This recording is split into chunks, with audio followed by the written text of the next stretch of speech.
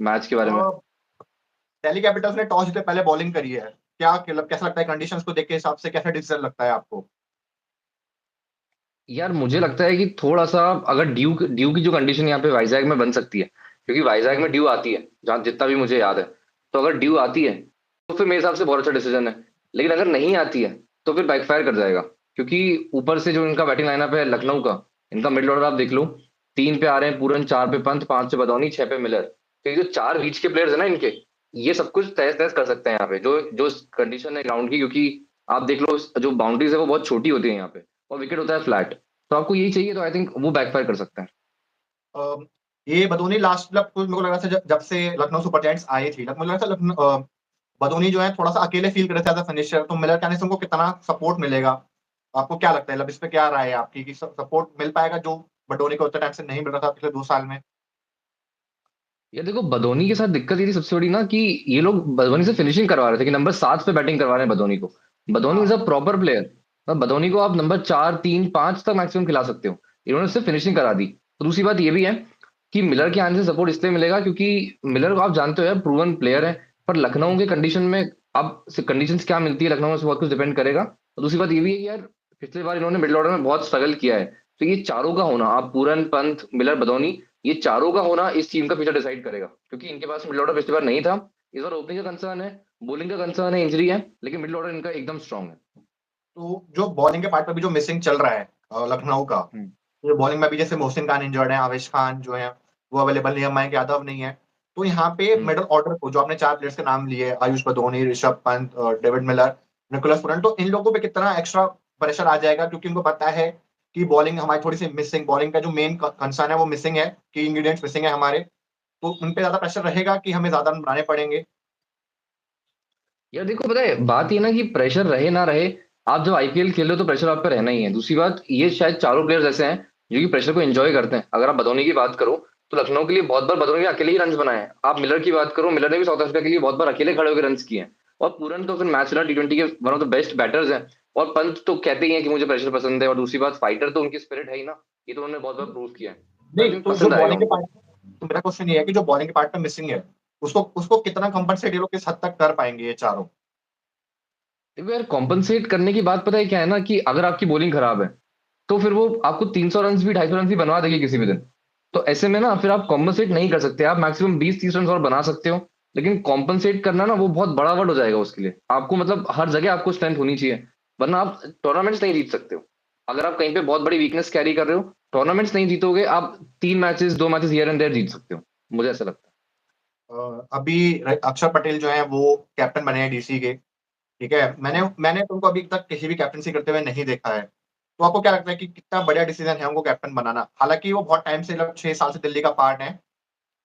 तो आपको क्या हम्म। लगता है कि वो कैप्टनसी देना एक रॉयल्टी, जैसे कल राजस्थान ने करा था रेयान पराग को बना के, तो उनको रॉयल्टी लॉयल्टी का गिफ्ट मिला है, या वो उनमें एक जेन्युइन लीडर लगते हैं अक्षर पटेल दिल्ली मैनेजमेंट को? यार देखो, डिजर्व करते हैं। पहली बात तो यह है कि उन्होंने गुजरात को लीड किया है विजय हजारे में। विजय हजारे में नहीं, शायद स्मैट में लीड किया उन्होंने गुजरात को। तो जो उनके पास डोमेस्टिक का वो बैकग्राउंड है लीडरशिप का। दूसरी बात, आप पिछली बार देखो तो वाइस कैप्टन थे अक्षर पटेल। तो एक तरीके से अगर आप देख रहे हो तो इट वॉज लॉन्ग ड्यू मैं कहूंगा। और अक्षर पटेल जो कामनेस लेके आते हैं, जो प्रेजेंस रखते हैं, मेरे हिसाब से वो ना बहुत ज्यादा टीम को लेके चलने वाली, एक जो आप रोहित शर्मा की तारीफ करते हैं कि सबको लेके चलना, बॉन्डिंग वाली जो बात होती है ना, सबको जेलअप रखना। तो आई थिंक अक्षर पटेल के साथ में वो स्ट्रेंथ है। और ऐसे में आई थिंक अक्षर पटेल इसलिए बेस्ट लीडर है। राहुल के साथ में आप बात करते हैं, उन्होंने कुछ चीजें फेस की है। एंड आई फील राहुल को आप जिम्मेदारी इतनी सारी मत दो। वो अपने प्रेशर लेके आई थिंक कभी कभी वो चोक कर सकता है। तो Rahul wasn't the best option. अच्छे ऑप्शन थे, मैं मना नहीं करूंगा। लेकिन Axar Patel with his calmness and with his ability to perform even under pressure, I think वो ये काम कर सकते हैं। और उसके बाद मैं चूज नहीं करता कि फैफ को बनाते, क्योंकि ओवरसीज कैप्टन आप बहुत सोच समझ के बनाइए। और मेरे हिसाब हाँ। से लॉन्ग टर्म के लिए बनाना चाहिए आपको। अ, अभी अक्षर पटेल, सॉरी अक्षर पटेल, केएल राहुल तो नहीं है, तो उनकी सर्विसेज कितना आपको लग रहा है कि दिल्ली मिस करेगी इस ग्राउंड पे, given the conditions and all? ये इनका इनका इनका प्लेइंग 11 आ गया है क्या? प्लेइंग 11 मुझे दिख नहीं रहा है क्योंकि। स्क्वाड यार, अभी मेरे को भी ऐसा कुछ आया नहीं है, वो स्क्वाड भी यही दिखा रहा है, पर आज के मैच में तो नहीं है। मतलब अभी मेरे ख्याल से शुरू के 2 मैचेस में केएल राहुल नहीं है। तो आप उनकी जगह किसको देखते हैं कि जो उनकी जगह ले सकता है केएल राहुल की? यार उनकी जगह आप बात करते हैं, 2 ऑप्शंस हैं फिर, या तो करुण नायर को खिलाएं, और या फिर खिलाएं समीर रिजवी को। Sameer Rizvi won't be a bad option इस ग्राउंड पे, क्योंकि वो स्पिन को बहुत अच्छा खेलते हैं और पेस को भी मार सकते हैं। तो Sameer Rizvi won't be a bad option, लेकिन क्योंकि केएल राहुल आपको स्टेबलाइजिंग फैक्टर देते हैं इस टीम में, और क्योंकि स्टेबलाइजिंग फैक्टर मिसिंग होगा तो मेरे हिसाब से करुण नायर आपको स्टेबलाइजिंग फैक्टर ऐड करते हैं उनकी जगह पे। तो मेरे हिसाब से करुण नायर भी अच्छे ऑप्शन होंगे। बस अगर आपको अटैकिंग जाना है तो Sameer Rizvi should be the best option for this particular ground, लेकिन आने वाले मैचेस में जो केएल राहुल मिस करते हैं, आई थिंक करुण नायर वहां पे खेलनी चाहिए। अभिषेक पोरेल है, फाफ डुप्लेसी का जो नंबर, जो अभी 40 साल के फाफ डुप्लेसिस को लिया है, फिट, हालांकि वो फिट है वो, बट कितना लॉन्ग टर्म फ्यूचर बचा है उनका आईपीएल में? यार प्रोबेबली ये लास्ट ईयर होगा या फिर एक और year maximum, I don't see him playing उसके बाद। फाफ डू प्लेसी मेरे हिसाब से फिनिश ऑलमोस्ट उस वर्ज पे है, क्योंकि अगर आप किसी प्लेयर से देखते हैं ना कि वो फर्स्ट बॉल से हिट कर सकता है क्या, और विथ इनिंग्स क्या वो बढ़ता जाता है स्ट्राइक रेट उसका। तो आई थिंक वहां पे फैफ डू प्लेसी के साथ थोड़ी सी मुझे आरसीबी में भी मिसिंग चीज दिखाई दी। इसलिए पूरे टूर्नामेंट में उन्होंने बहुत बार ऐसा किया कि वो लंबी इनिंग खेल रहे हैं, और ऐसे में आई थिंक वहां पे वो थोड़ा सा मिस करते हैं अपने उस शॉट की रेंज में भी बहुत बार। और आई थिंक उनकी शॉट मेकिंग जितनी एक एक एफिशिएंटली इफेक्टिवली होनी चाहिए, वहां पे मेरे हिसाब से थोड़ा सा मिस करते हैं। तो Faf du Plessis I think is almost अब on the verge of retiring या फिर आप, चले जाना है यहाँ से। अ, मैं थोड़ा सा अभी पूछूंगा, आपने समीर रिजवी का आपने नाम लिया था अभी थोड़ी देर पहले, तो मैंने जो अपना प्रोबेबल 11 बनाया था, उसमें मैं समीर रिजवी को एज ए फिनिशर रख रहा था, क्योंकि जिस तरह का उनका पोटेंशियल और जिस तरह से उनका अभी लोकल टूर्नामेंट्स गए हैं, स्मैट गया है उनका, तो वो काफी डिस्ट्रक्टिव बैट्समैन बन के उभरे हैं। तो मेरे हिसाब से अभी समीर रिजवी अगर नंबर 7 पे खेले तो ज्यादा बेटर रहेगा कि अभी चलो उनको कंपनसेट अभी कर दिया मिडिल ऑर्डर में। आपको लगता है कि उनको अभी केएल राहुल की जगह मिडिल ऑर्डर में खिला देना चाहिए या उनको फिनिशर के रोल में ही रखना चाहिए डीसी को?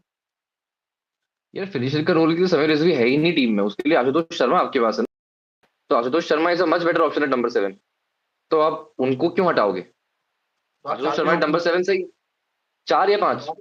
4 या 5, क्योंकि अभी देखो 4 पे तो मेरे ख्याल से केएल राहुल ही खेलेंगे जब आएंगे वापस बिल्कुल। तो। और अक्षर पटेल नंबर 5 पे आ रहे हैं और 6 पे इनके पास डिस्टेंस स्टब्स हैं। तो समीर रिजवी की जगह वैसे तो बन रही है टीम में उस तरीके से देखा जाए तो। स्टब्स 6 पे आना मेरे को लगता है बहुत नीचे है स्टब्स के लिए। 6, he is someone who can attack as well and who can anchor as well. तो स्टब्स के लिए 6 बहुत नीचे है। थोड़ा यहाँ पे देखना पड़ेगा डीसी मैनेजमेंट को कि स्टब्स को 6 पे उनको अंडर यूटिलाइज करेगी उनके बैटिंग टैलेंट को, तो उनको ऊपर करना चाहिए, 4 या 5 पे करना चाहिए, पंत 6 पे आ जाए। ये मेरा पर्सनल पंत नहीं है ओपिनियन। डीसी। ओ सॉरी, पंत तो है ही नहीं, पंत सॉरी। वो है ना, वो जाते जाती नहीं है। हालांकि सामने बिल्कुल ही खेल बिल्कुल। रहे हैं वो। अब जरा पंत का नाम निकल ही गया है, तो जो 27 करोड़ में खरीदा है एलएसडी ने, आपको लगता है कि दिल्ली उनका ना होना थोड़ा बहुत मिस करेगी, या मतलब उनको जो जो पंत जो गए हैं दिल्ली से, तो आप उसको कितना बड़ा वॉइड दिखते हैं, और क्या लगता है कि कौन प्लेयर है जो पंत को रिप्लेस कर सकता है और डीसी में? ये देखो डीसी में ना मेरे हिसाब से केएल राहुल प्रीटी मच वो काम कर सकते हैं। केएल राहुल प्लस अक्षर पटेल का जो कॉम्बो है, आई थिंक वो प्रीटी मच इक्विप्ड है वो काम करने के लिए। पर अगर आप एक और चीज देखते हैं, देखो डीसी को नीडेड थी फ्रेश एनर्जी मेरे हिसाब से। अब इसको आप वीकनेस कह सकते हैं कि आप एकदम से न्यू मैनेजमेंट न्यू कैप्टन लेके आ रहे हैं, लेकिन मुझे लगता है DC needed some fresh energy, जो कि उनको दिख रही है इस सीजन, क्योंकि पंत जा चुके हैं। और ये पंत को मैं उतना रेट नहीं करूंगा when it comes to captaincy या when it comes to leading the team under pressure, क्योंकि डीसी को उन्होंने उतने अच्छे से नहीं किया। आपने कब देखा कि डीसी को उन्होंने ऐसे से कुछ फील्ड चेंजेस ऐसे कर दिया या एकदम से अपना कुछ इनपुट ऐसा डाल दिया मैच में कि मैच का रिजल्ट बदल गया? तो पंत आई थिंक डीसी उतना मिस नहीं करना चाहिए उनको। मैं उनकी एबिलिटी को क्वेश्चन नहीं कर रहा हूँ, but when it comes to टी20 वहां पे आई विल से कि नहीं यार, केएल राहुल भी उतना अच्छे से परफॉर्म कर सकते हैं। एक और चीज ये है कि एलएसजी में गए, यार प्राइस बहुत मिल गया उनको। पर जब आप ये देखते हैं 27 करोड़ आपको मिल रहा है, तो आप क्या रोल उनसे लेना चाहते हैं? तो एलएसजी भी मिडिल ऑर्डर में चाहती थी एक प्लेयर ऐसा खेले उनके लिए, जो कि उनको आने वाले सालों में ना केवल लीड करे, पर अपने दम पे इनिंग्स को बनाना जाने। और ऐसे में आई थिंक लखनऊ नंबर 4 पे आई थिंक पंत अगर खिलाते हैं तो 27 करोड़ का अगर आप नहीं देखते हैं उस एंगल को हटा दो, तो आई थिंक लखनऊ के लिए he will be a great leader, क्योंकि आप पूरा मिडिल ऑर्डर देख लो तो पैक हो गया ना। तो ये बहुत अच्छी चीज है। तो वो मेरे हिसाब से पॉजिटिव साइन है। अ, जैसे लास्ट जो जीडी गोयनका का जो भी कंट्रोवर्सी हुआ था केएल राहुल के साथ, तो एक तो जो उनका स्टाइल है मैनेजमेंट करने की, वो थोड़ा इन्वॉल्व भी होते हैं टीम में, जीडी गोयनका। तो आपको लगता है कि ये पंत के संजीव लीडरशिप संजीव में, गोयनका। हाँ सॉरी, संजीव गोयनका, तो आपको लगता है कहीं ना कहीं हाँ पंत की लीडरशिप में भी ये इफेक्ट दिखेगा इस चीज का, या उनको थोड़ा फ्री हैंड मिलेगा पंत को? यार देखो चीज सिंपली इतनी सी है कि अगर संजीव गोयनका अपनी उस हरकत से नहीं सुधरे, तो फिर उनकी टीम टूर्नामेंट में आपने ऑप्शन टेबल पे तो अच्छा काम नहीं किया है ना। अगर आप वही चीज आप फिर से करना चाहते हो तो आपकी टीम नहीं जीतेगी, वो सिंपल सी बात है। और संजीव गोयनका की जहां तक की बात है, देखो यार, टीम टीम ओनर का फैन होना फैन होना, अपनी फ्रेंचाइजी के साथ में चलना, या फिर उसको सपोर्ट करने की बात कह लो, बिल्कुल अच्छी चीज है, उसमें कोई डाउट नहीं है। लेकिन too much meddling into its affairs, वो मेरे हिसाब से बहुत ज्यादा टॉक्सिक चीज है। संजीव गोयनका ने जिस तरीके से केएल राहुल को डांटा था वहां पे स्टेडियम में, तो वो कोई, केएल राहुल ने इसलिए कप्तानी छोड़ दी कि मुझे चाहिए ही नहीं है प्रेशर। तो आई थिंक ऐसे में, आई थिंक संजीव गोयनका अगर वो चीज करते हैं, लखनऊ की हार है, उससे कोई जीत नहीं मिलनी। और Pant is not an easy character कि वो जाने देंगे उस चीज को। पंत भी मेरे हिसाब से बहुत स्ट्रॉन्ग कैरेक्टर है, तो वो उस चीज को ऐसे फेस नहीं करेंगे, और वो भी शायद अगले साल आपको जाते हुए दिख जाएंगे, ऐसे कुछ होता है। वो उस चीज को अपने पीआर को बताएंगे और वो उससे एक ऐड बनवा देंगे। अब देखो सर, अगर 11 की बात करें तो प्लेइंग फाफ 11 डू आ गई। प्लेसी, हाँ वही तो, फाफ डू प्लेसी और जेफरसन मैकअप ओपन करते, जो कि मैंने कहा ही था। Abhishek Porel number 3, number 4 Sameer Rizvi, number 5 Axar Patel, number 6 Tristan Stubbs, number 7 Vipraj Nigam. तो मैंने डाला था अपने चैनल पे ये। 8 पे स्टार्क, कुलदीप यादव, मोहित शर्मा, मुकेश कुमार, है ना। तो ये इनका 11, इनका 12 बनता है। नटराजन डेप्थ शायद इम्पैक्ट सब आ जाएंगे। कौन? नहीं यार, नटराजन कैसे आएंगे इम्पैक्ट सब पर। तो नटराजन को पिक नहीं किया, ये एक इंटरेस्टिंग कॉल है, कि नटराजन मेरे हिसाब से पिक होना चाहिए था 11 में, पर मोहित हाँ, शर्मा इन्होंने pick किया उनकी जगह पे। डेप्थ मेरे को डेप्थ की कमी लग रही है यार। अब आजकल जहां टीम में 9 नंबर तक बैट्समैन रख रही है कि कोई ऐसा प्लेयर रखी है जो थोड़े बहुत मतलब प्रॉपर बैट्समैन पर थोड़ा बहुत इधर उधर बल्ला फेंक ले। दिल्ली की टीम यहाँ पे ये चीज लैक कर रही है। इनका 8वें पे मिचेल स्टार्क आ रहे हैं और 9वें पे कुलदीप यादव आ रहे हैं। तो कहीं ना कहीं नहीं तो लैक 8वें ऑफ। पे, नहीं नहीं, अरे 8वें पे इम्पैक्ट सब आएंगे ना, आशुतोष शर्मा। तो भी आशुतोष शर्मा आ जाएंगे फिर तो ठीक है, पर यार समीर रिजवी भी हैं। वो लग रहा है कि जब केएल राहुल आएंगे तो मुझे तब थोड़ा मच बेटर टीम लगेगा ये, अभी कंपैरेटिवली जितना भी मुझे लग रहा है। क्योंकि बिल्कुल केएल यार, राहुल वो तो विदाउट डाउट वो चीज तो सही है ना। केएल राहुल यार, टीम ने बनाया उनके अराउंड स्क्वाड को, कि वो हाँ। मेन से रहेंगे टीम के, तो वो चीज तो बिल्कुल है। अब जरा उसका भी देख तो लेते हैं। 7 पे आशुतोष शर्मा, 8 पे विपराज निगम खेलेंगे। विपराज निगम थोड़ी हिटिंग कर सकते हैं, और लेग स्पिनर बहुत अच्छे हैं। तो आई थिंक 3 स्पिनर के साथ में गए। लेकिन अब क्वेश्चन यहाँ पे ये है कि अगर टर्निंग कंडीशंस नहीं मिलती है इनको, तो विपराज निगम, अक्षर पटेल, कुलदीप यादव, प्लस मोहित शर्मा, मुकेश कुमार, स्टार्क, तो इनको 8 ओवर निकलवाने हैं स्पिन के। तो क्या अगर टर्निंग कंडीशंस नहीं मिलती, अक्षर पटेल रन्स के लिए जाते हैं, क्योंकि अक्षर पटेल के सामने वहां लेफ्टी रहेंगे, तो कितना अक्षर पटेल खुद हाँ, को यूज कर पाएंगे, वो भी एक क्वेश्चन है। विपराज निगम भी राइट आर्म लेग ब्रेक है, तो क्या वो लेफ्टी से अगेंस्ट बॉलिंग करेंगे, मिडिल ऑर्डर के पूरे अगेंस्ट, तीन वो भी तीन क्वेश्चन लेफ्ट रहेगा। तीन लेफ्ट डील करना और तीनों ही स्पिनर स्पिन बहुत अच्छा खेलते हैं, निकोलस पूरन, ऋषभ पंत और डेविड मिलर। बिल्कुल तो ये एक मैचअप मुझे लग रहा है कि अक्षर पटेल तो है ही है, साथ में विपराज निगम के लिए है, क्योंकि दोनों का बॉल लेफ्टी के अंदर आएगा और वो ये कि जहां आर्क में आएगा वो बाहर जाएगा। देखो, अक्षर तो ये पटेल को मैं स्टिल कहूंगा कि अक्षर पटेल ना थोड़ा सा एंगल से बाहर निकालते हैं बॉल को, वो अंदर उतना नहीं लेके आते। He is more of N arm ball bowler, जो कि थोड़ा कंट्रोल देते हैं, अपनी लाइन लेंथ को बहुत स्ट्रेट रखते हैं स्टंप्स में। तो आई थिंक वो तब भी बच सकते हैं, पर विपराज निगम को आई थिंक हिट यहाँ पे लग सकती है। उसके बाद आई थिंक थोड़ा चैलेंज है। अ, ऐसा हो सकता है कि एक आध ओवर हम अक्षर पटेल को पावर प्ले में डालते हुए देखें, मतलब एक आध तीसरा चौथा ओवर पावर प्ले में डाल लें। ये भी एक टेक्निक हो सकती है। बिल्कुल होगा ही, क्योंकि मुकेश कुमार से मिडिल ओवर्स में इंट्रोड्यूस कराएंगे, ये सॉरी, मोहित शर्मा को।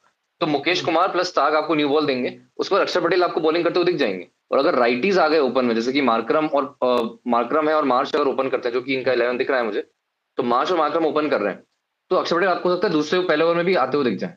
तो ऐसा भी हो सकता है, स्टार्ट इम्पैक्ट के सब में बाद वो आ करुण जाए नायर दूसरे ओवर में। इम्पैक्ट सब में करुण नायर, अश्विन शर्मा, डोनोवन फरेरा, त्रिपुर्णा विजय रखे हैं और दर्शन नालकंडे रखे हैं दिल्ली ने।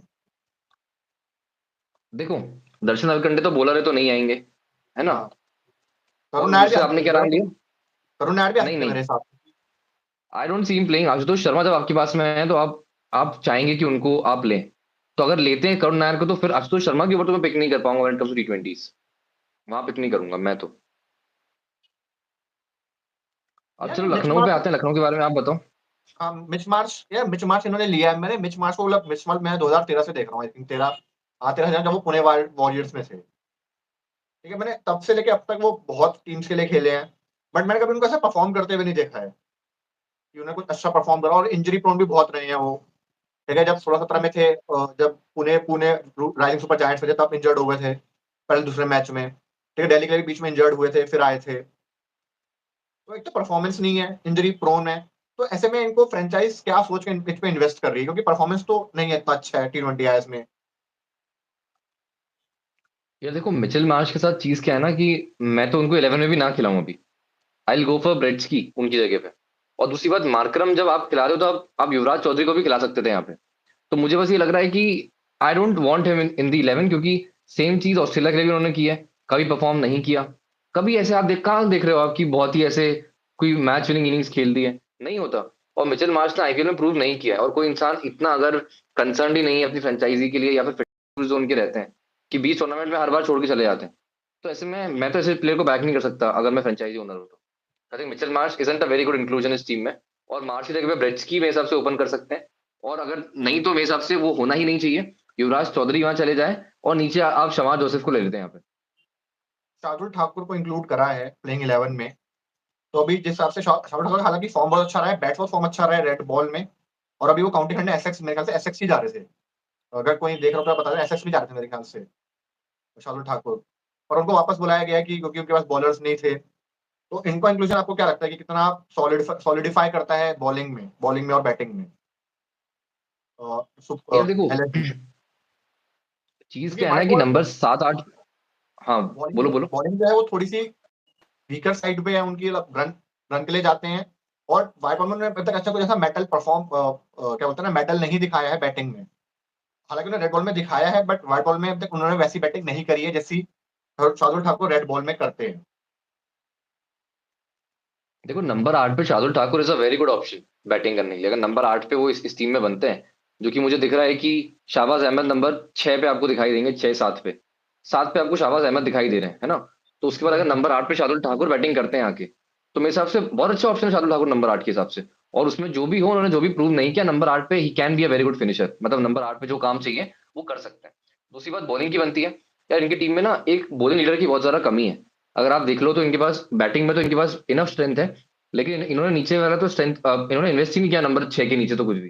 तो शाहबाज अहमद आपको नंबर 7 पे दिख रहे हैं, उस पर इनके पास बॉलिंग में लीडर कौन है? इनके पास लीडर नहीं है।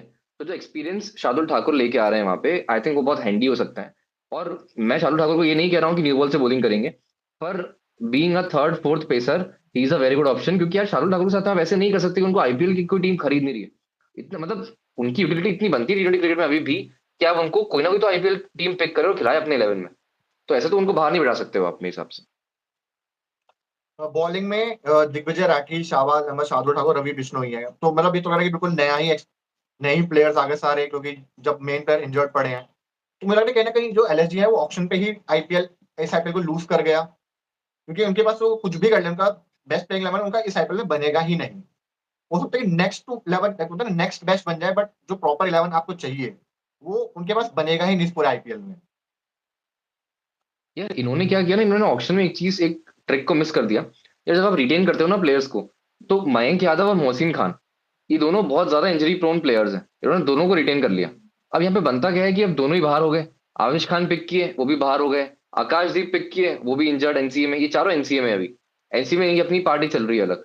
तो बात ये है कि अब किसने ज्वाइन किया है मुझे ये नहीं पता। मोहसिन खान तो आउट हो चुके हैं। अब मयंक यादव की बात है, मयंक यादव ऐसा मुझे लगता है कि आने वाले कम लखनऊ से कम सुपर 5-6 मैचेस में और एनसीए, बाहर रहेंगे। क्या? लखनऊ सुपर एनसीए नाम होना चाहिए। हाँ तो वही, क्योंकि 5-6 मैचेस मयंक यादव मिस करेंगे अभी। उसी बात में अगर आप और देख रहे हो, तो यार देखो, प्रिंस यादव की बात करते हैं, दिल्ली के बॉलर हैं ये। तेज हैं, लंबे हैं, यॉर्कर्स अच्छी करते हैं। तो डेथ बॉलर आपके प्रिंस यादव हो सकते हैं। दिग्विजय राठी को मैंने उतना देखा नहीं है, ये भी शायद पेसर है कि स्पिनर है, मुझे इस पर भी डाउट है। ये शायद पेसर ही होंगे। तो दिग्विजय राठी को देखना पड़ेगा कैसे है। बाकी Ravi Bishnoi is a very good option, Shardul Thakur can be a good option.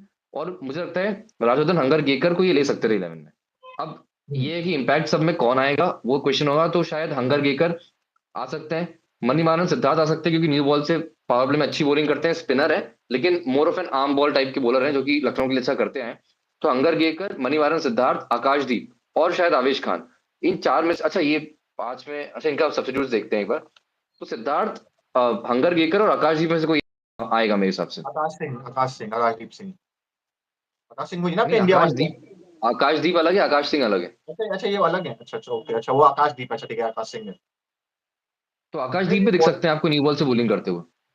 अभी आज के मैच में कौन संभालेगा न्यू बॉल? मुझे आज में तो शार्दुल ठाकुर से ही करवाने पड़ेगा इनको न्यू बॉल। अगर थोड़ा बहुत भी स्विंग मिला तो शार्दुल ठाकुर, क्या पता एक दो बॉल से ये करा के मैंने विकेट ले देखा लें। नहीं है। मैंने मतलब देखो, प्रिंस यादव को देखा है कि प्रिंस यादव जिस टाइप का पेस लेके आते हैं, तो मेरे हिसाब से वन चेंज बॉलर ज्यादा सही रहेंगे। वन चेंज बॉलर हो गए और डेथ बॉलिंग शायद प्रिंस यादव से कराएंगे, ऐसा मुझे लगता है। तो न्यू बॉल से दिग्वेश राठी दिखेंगे, फिर दिग्वेश राठी हो गए, शार्दुल ठाकुर हो गए। और अगर ये केस नहीं बनता है, तो फिर हंगर गेकर और फिर अपना ये दूसरे आकाशदीप, अगर ये दोनों आते हैं या फिर मनीवाला सिद्धार्थ आते हैं, अगर विकेट में स्पिन है, ये थोड़ा बहुत भी रुक के आती है तो सिद्धार्थ आ सकते हैं। अगर नहीं रुकता है, विकेट फ्लैट होता है, तो आकाशदीप या अंगद में से कोई आपको एक दिखेगा, और वो दोनों में से जो भी आएगा वो न्यू बॉल संभालेगा। बॉल में थोड़ा सा बहुत स्पिन होता है, फिर रवि बिश्नोई इतने डेडली साबित हो जाएंगे कि आसान नहीं होगा उनको अकेले उनके 4 ओवर निकालना भी। क्या इस फ्लैट पिच पे? तो नहीं, अगर बॉल थोड़ा सा बहुत जैसा बोल रहा हूँ ना कि अगर पेस थोड़ा सा डबल पेस हुआ यहाँ पे, तो रवि बिश्नोई बहुत डेडली साबित हो जाएंगे फिर सामने वाली टीम के लिए, दिल्ली के लिए भी। यार Ravi Bishnoi even on flat wicket बहुत अच्छे बॉलर हैं। तो रवि हाँ बिश्नोई को ऐसा नहीं है कि जरूरत है, मतलब वो मेरे हिसाब से 4 ओवर तो करने ही चाहिए, क्योंकि विकेट फ्लैट भी होता है तो भी उनका जो एंगल वो बनाते हैं ना, फॉर लेफ्टीज वो बॉल बाहर निकालते हैं। तो वो भी एक चीज है। और अगर आप देखते हैं इनके बैटिंग में, तो अभिषेक पोरेल हो गए, अक्षर पटेल हो गए, या इवन राइटीज को भी ना वो तंग करते हैं। तो मेरे हिसाब से इतनी तेजी से अगर बॉल को टर्न कोई कराता है तो उसको खेलना ईजी नहीं है। तो आई थिंक इसीलिए बिल्कुल मेरे हिसाब से रवि बिश्नोई अच्छा जैसे ही काम करेंगे, अगर स्लो नहीं। जैसे यहाँ पे मैं ऐसा कैप्टन होता ना, तो जैसे जेएफएम है उनका भी, जेएफएम का जो फॉर्म चल रहा है ऐसे वो थोड़ा खराब चल रहा है, और मैंने देखा है कि जहाँ पे बॉल थोड़ी सी फंस के आती है वहां पे बहुत स्ट्रगल करते हैं। ये मैंने उनको देखा था जो पाकिस्तान के साथ सीरीज खेली थी लास्ट ईयर ऑस्ट्रेलिया ने, वहां पे फंसे थे, और जहाँ भी थोड़ा सा बॉल फंसता है वहां पे स्ट्रगल करते नजर आए हैं। तो मैं ऐसा कैप्टन कोशिश करता कि दूसरा या तीसरा ओवर अगर थर्ड पहला ओवर सर्वाइव कर लेते हैं, तो दूसरा या तीसरा ओवर में दे देता अपने रवि बिश्नोई को कि आप मुझे विकेट निकाल के दें, क्योंकि पावर प्ले में अगर मैं जितने विकेट निकाल लूंगा और अपने मेन स्ट्राइक बॉलर से निकलवा दिए तो मैच लगता है कहीं ना कहीं मेरे मेरे फेवर में आ जाएगा।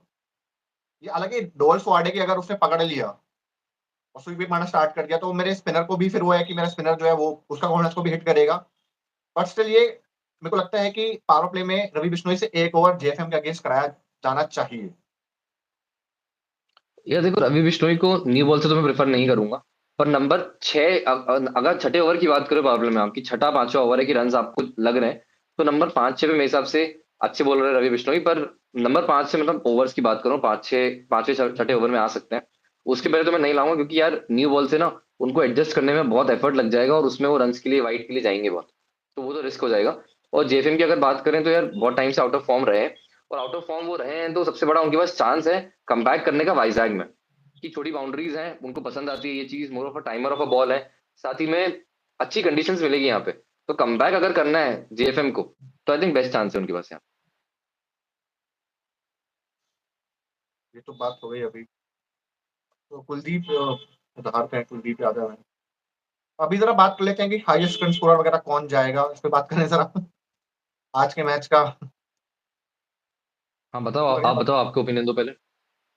मुझे तो लग रहा है दिल्ली के लिए तो मुझे लग रहा है कि एक सेकंड, दिल्ली में यार मुझे जो लग रहा है, लग रहा है कृष्ण श्रॉफ जो है हाईएस्ट स्कोरर रहेंगे। और बॉलिंग में मुझे लग रहा है मतलब लखनऊ के लिए जो मुझे लग रहा है रवि बिश्नोई, सेफ बैट खेलूं मैं अपनी, Ravi Bishnoi can I see leading the bowling pack. And Delhi में वो, हम दिल्ली बॉलिंग पे आए तो मोहित शर्मा मुझे लग रहा है कि थोड़ा इकोनॉमिकल साबित होंगे, लोग थोड़ा विकेट की तरफ जाएंगे। और रुपये सुपर जैसे I am backing Nicholas Puran.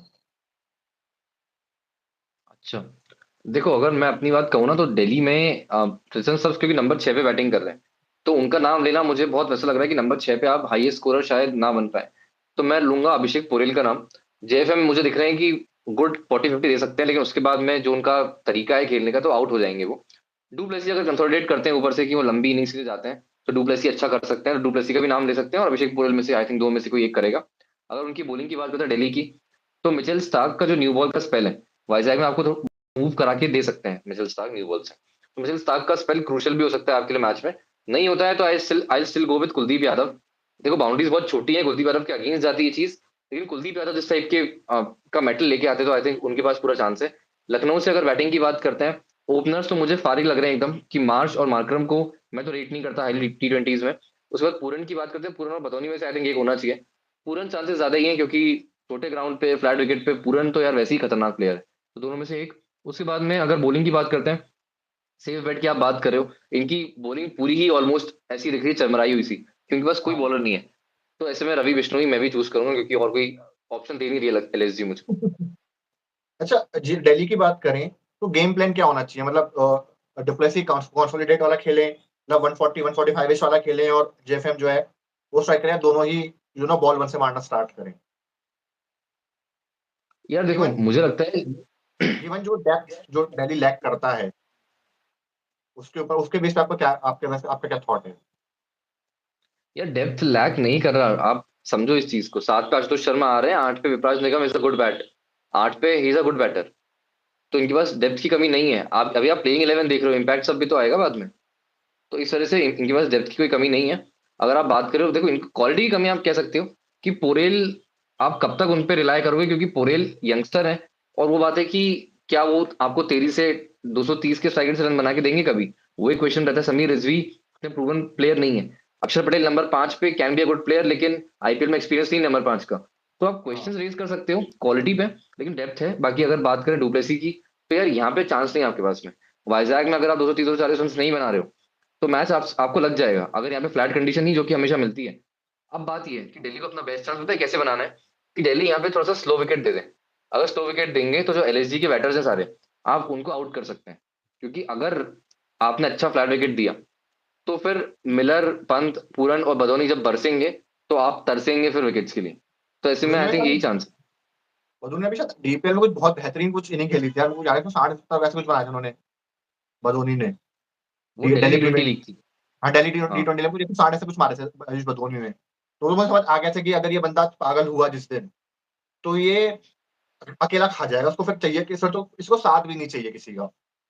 But Lucknow के साथ प्रॉब्लम ये थी ना कि आयुष बदोनी को एक तो नंबर 7 पे खिला रहे थे, और साथ में उनका कोई ऐसा बैट्समैन भी नहीं था जो उनका जो है ना, जो उनके पास प्रेशर आ रहा है उसको थोड़ा सा ईज आउट करे। क्योंकि हो गया रहा था आयुष बदोनी 7 का खुद 7 पे आ रहे थे, और लग रहा था यार मेरे को अकेले ही मैच जिताना है।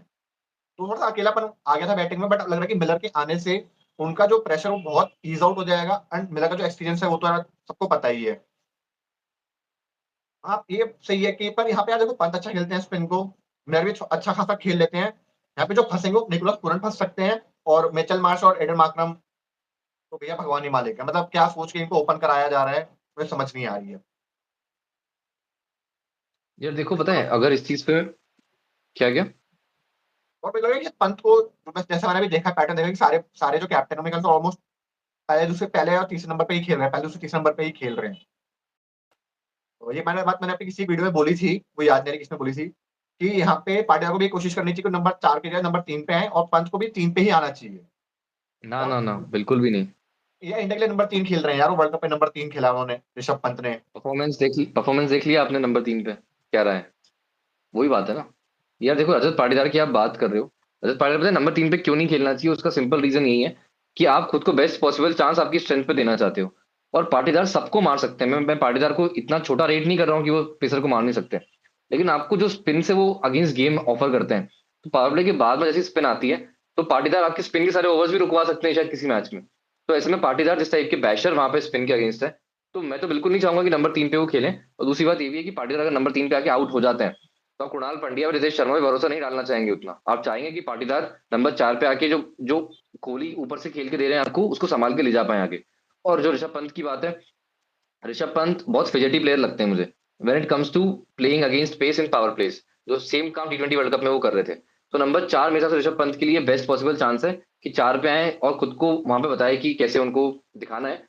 मैं 5 पे जो इन्होंने अभी क्रिकबर्स ने इनको रखा हुआ है, मैं इनको 5 पे तो नहीं खिलाऊंगा। Number 4 is the best possible chance, और वहां पे अच्छा कर सकते हैं।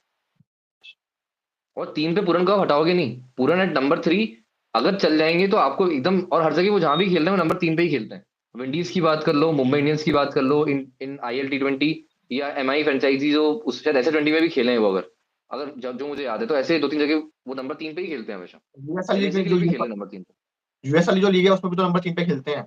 यूएस वाली जो कौन सी, मेरा हाँ नाम वही याद नहीं आ MLC, रहा। MLC में भी नंबर 3 पे खेले हैं। वही वही वही चीज है। नाम क्या उसका, मैंने नाम भूल गया उसका। Major league cricket, MLC। Major league, MLC, MLC, हाँ। थोड़ा पहला बॉल डलने वाला है। मैच ओपन कर लेता हूँ मैं भी। हाँ मैच ओपन करो। थोड़ा सा अगर बेटर टिकट तो हम भी कर लेते हैं यार, स्पोर्ट्स यारी की तरह मैच लाइव पूरा एकदम रिएक्शन वीडियो बना लेते हैं हम भी। थोड़ा हम भी फेमस हो जाते हैं यार अपने अभी एक दो तो, रिएक्शन। अभी ना सब्सक्राइबर्स है और ना अपने पास में कुछ वो है ना कि उसके लिए यार बहुत मेरे पास तो वाईफाई भी नहीं है यार। तो आप सोच रहे हो कि वो तो चल रहा है वाला काम है कि ठीक है लोग बस जुड़ जाएं, थोड़ा सा सब्सक्राइबर्स दें, तो उसके बाद हम सोचें कि अब कुछ करना है। हाँ हाँ। जरूरी है यार, वो मतलब वरना कैसे इन्वेस्ट करें उतना। हाँ, टेक्निकली सॉलिड तो है मार्करम, बट T20 के प्लेयर नहीं लगते मुझे उतने सॉलिड।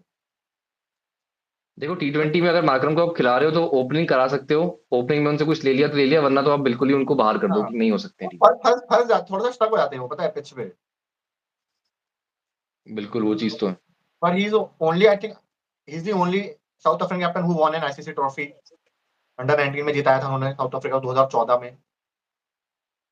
ठीक है यार, अब ये तो आप क्या बोल रहे हो, मार्करम ने जितना सीनियर लेवल पे आके चोक किया आईसीसी में ना, तो मैंने तो बिल्कुल उम्मीद छोड़ दी है। मार्करम को बहुत लोग रेट करते हैं कि यार क्या प्लेयर है, लेकिन मैं तो उतना रेट नहीं करूंगा उनको। ग्रुप में टीसीपी में तो उससे कंपेयर होता है श्रेयस अय्यर से। क्या क्या? टीसीपी में तो उससे कंपेयर होता है, कंपेरिजन होता है श्रेयस अय्यर से। नहीं यार, श्रेयस मार्करम अय्यर में is a much better much batsman. Better, much better batsman. Limited उनको ओवर्स में तो पता है। हाँ, टेस्ट में नहीं। हाँ, ये रिजवी 4 पे खिला रहे हैं यार ये लोग, 4 5 6। स्टब्स, मैं अभी बोलूंगा स्टब्स को यार ऊपर खिला के अंडर यूटिलाइज होगा उनका बैटिंग टैलेंट। लास्ट दिल्ली ने तब भी ये किया था। सबको ऊपर करो यार, भले 5 पे खिलाओ, बट उनको 5, उनको ऊपर करो। 6 is way low for him. देखो बात वही बनती है ना कि लो तो है, लेकिन फिर आप कुछ कर नहीं सकते, क्योंकि आपके पास टीम पे अभिषेक पुरी अच्छा करके, वो भी टीम पे अभिषेक पुरी अच्छा कर रहे थे। क्या चीज है आपके साथ में कि आप अक्षर पटेल को तो खिलाओगे नहीं, और दूसरी बात 4 पे समीर रिजवी क्या है ना कि स्पिन को अच्छा मारते हैं, और स्पिन को मारने के समीर रिजवी को होना चाहिए। और केएल राहुल नंबर 4 पे ही आएंगे वैसे भी, तो स्टब्स आप केएल राहुल की जगह पे स्टब्स को नहीं खिलाओगे। और 5 पे उन्होंने अक्षर तो पटेल इसलिए ऊपर आने चाहिए क्योंकि उन्होंने एक minute final, sorry sorry sorry. एक मिनट। अक्षर पटेल को आप 5 आप ऊपर नहीं कर सकते ना, उनको 6 पे खिलाने का चांस है, क्योंकि अगर पटेल को आप 6 पे खिलाओगे तो फिनिशर की कमी है आपको, क्योंकि आप आशुतोष शर्मा पे से रिलाई नहीं करोगे कि भाई तुम मारो। तो स्टब्स नंबर 6 पे अगर आते हैं तो ऊपर से वो संभाल सकते हैं, और उनकी बैटिंग मोस्ट प्रोबेबली 12-13 ओवर में आया करेगी, और 8 ओवर वो गुड इनफ देंगे आशुतोष शर्मा के साथ में। तो आई थिंक सही है 6 पे वो, ऐसा मुझे लगता है। सॉरी सॉरी, वो कॉल आ गया था। हेलो, अच्छा। वो कॉल आ गया था, सॉरी। हाँ, आप क्या बोल रहे हो, कुछ बोल रहे थे आप? जैसे डोनाल्ड फरेरा जो है वो साउथ अफ्रीका कीपर है, हमको लगता है उनको प्लेइंग अभी मिलेगा, एक आध मैच में उनको मौका मिल सकता है। अगर पोरेल फेल होते हैं तो फिर आप कौन से प्लेयर को बाहर करोगे आप? यार देखो, सबसे पहली तलवार अगर किसी पे चलेगी तो वो हमेशा डुप्लेसी पे ही चलेगी स्क्वाड में। अब मैकगर के साथ में चीज ये कि या तो मैकगर इतना फील होकर दे रहे हैं आपको कि आपको चांस ही नहीं छोड़ रहे हैं वो कुछ करने का, तो ऐसे में मैकगर बाहर होंगे। वरना तो फिर मैकगर प्रॉमिस के साथ में इस टीम में आए, तो मैकगर को ये चांस देंगी कि फ्रेंचाइजी बैक करेगी। नहीं होता है तो फाफ डुप्लेसी में सबसे पहली तलवार चलेगी, चलनी चाहिए, जो इनके पास कोई बाकी छक्का, ओवरसीज ऑप्शन है उसमें। छक्का मार के पहली ही बॉल पे मार्च ने छक स्टार्ट को। ठीक है यार, मार्च अच्छा कर लें अब, फाइनली अब ब्रेक थ्रू सीजन बना लें, क्योंकि एलएसजी तरसेगी यार, इतना पूरा बैटिंग स्क्वाड उन्होंने बनाया हुआ है, अगर ये और बैटिंग मेरी फायर नहीं करती तो किस और, काम की है। और मेरा जो खून खोलेगा उसका क्या? 2 साल दिल्ली में एक मैच में परफॉर्म करके नहीं जिया मार्च ने। यार तो मैं तो मार्च को पिक नहीं करूंगा T20 स्क्वाड में, अगर मेरे पास मैं ऑप्शन टेबल पे बैठा हूं तो। मैं पता, मैं भी मतलब मैं एज अ प्लेयर नहीं, बट एज अ जो उन्होंने परफॉर्मेंस दिया ही नहीं है। मतलब आप उनका मतलब छुटपुट छुटपुट एरिया में उनका परफॉर्मेंस है, बट ऐसा एक पता नहीं कंसेक्यूटिव आप बोले कि यार एक साल बहुत अच्छा गया मैच मार्च का, तो वो नहीं गया अभी तक। मतलब आपको याद है कि एक भी साल जो है अक्षर मार्च का अच्छा गया हो, मतलब कि उन्होंने बहुत अच्छा परफॉर्म करा उस साल में। जैसा यार अक्षर पटेल आ गए दूसरे ओवर में, अक्षर पटेल आ गए, मैं आपको बोला था जिस तरीके से कि पहले हम देख सकते हैं दूसरे ओवर में अक्षर पटेल आ गए, आज जाए पावर प्ले में। आप तो पावर प्ले का बोल रहे थे, मैंने कहा था कि दूसरे ओवर में ही दिख जाएंगे आपको, क्योंकि इनकी दोनों राइटीज हैं। तो वो चीज तो होनी थी, तो हो गई, वो तो सही भी है मेरे हिसाब से, बुरा मूव नहीं है। हाँ, और मार्च थोड़ा फंसते भी हैं स्पिन के आगे। मार्करम की स्कोरिंग ऑप्शंस बहुत कम हो जाते हैं अगेंस्ट क्वालिटी स्पिन। पर अब ये है कि बॉल अभी नया है, थोड़ा पावर प्ले स्पिन है का। तो इनको मारना चाहिए। मैं बस वही बोल रहा था कि होना ये, क्योंकि बॉल भी थोड़ा स्ट्रेट करके आगे, स्पिन तो कुछ होगा नहीं, अभी सीधा सीधा बल्ले पे आएगा, तो इसका थोड़ा फायदा उठा सकते हैं ये लोग। अक्षर पटेल आपको रूम के लिए क्रैम कर देंगे, तो रूम नहीं देंगे तो उस पर क्या है कि आपको जगह बनानी पड़ेगी। और अक्षर पटेल जैसा तेज बॉलर ना जगह आपको बनवाने में हेल्प नहीं करता, वो बहुत मुश्किल में डाल देगा। क्योंकि आप देखो ना, अक्षर पटेल आपको आर्म बॉल लेके आते हैं, स्पिन नहीं कराते, और ऐसे में तेज स्पीड में 95 की स्पीड पे बॉलिंग कर रहे होंगे अभी, क्योंकि मुझे मैच दिख नहीं पा रहा है अभी, तो वो स्पीड पे फेंकेंगे अभी यहाँ पे। और ऐसे में स्टम्प टू स्टम्प बॉलिंग करेंगे, आपको हटके मारना पड़ेगा उनको, लेग में मारना फिर मारना, आपको हटके मारना पड़ेगा, वो लेग साइड पे भी नहीं जाते हैं, बहुत बेसा से क्लियर रहते हैं लाइन लेंथ में वो। तो ऐसे में आई थिंक अगर इनको मारना है इनको हटना पड़ेगा, और हटेंगे तो अक्षर पटेल ना फिर आपको आउट कर सकते हैं वहां पे। वो फिर स्लोअर इन दी एयर भी कभी कभी बीच में मिक्स करते हैं पेस को अपने। पर क्लास में बहुत अच्छा खेल गए थे यार इनको फाइनल में। कंडीशंस अलग थी ना यार, कंडीशंस अलग थी, और क्लासन यार, क्लासन अलग बैटर है यार, स्पिन के against he is the best, one of the best spin basher. Top 2 में रखूंगा मैं उनको। एक क्लासन रख दूंगा, मैंने एक पूरन भी रख सकते हैं। मैंने क्लासन को पता है कब देखा था, जब 2018 में इंडिया साउथ अफ्रीका गई थी ना, तब इन्होंने चहल और कुलदीप को मारा था। मेरे को लगा था यार, और उस टाइम पे चहल और कुलदीप एक खौफ सा था कि लग जैसे वो क्या बोलते हैं ना, गुट में जो विकेट ले रहे थे और उनको चोक कर देते थे। बट मैं पहली बार मार खाते हुए देखा था चहल और उसको, यादव को। मैंने कहा यार ये बड़ा सही प्लेयर मिल गया।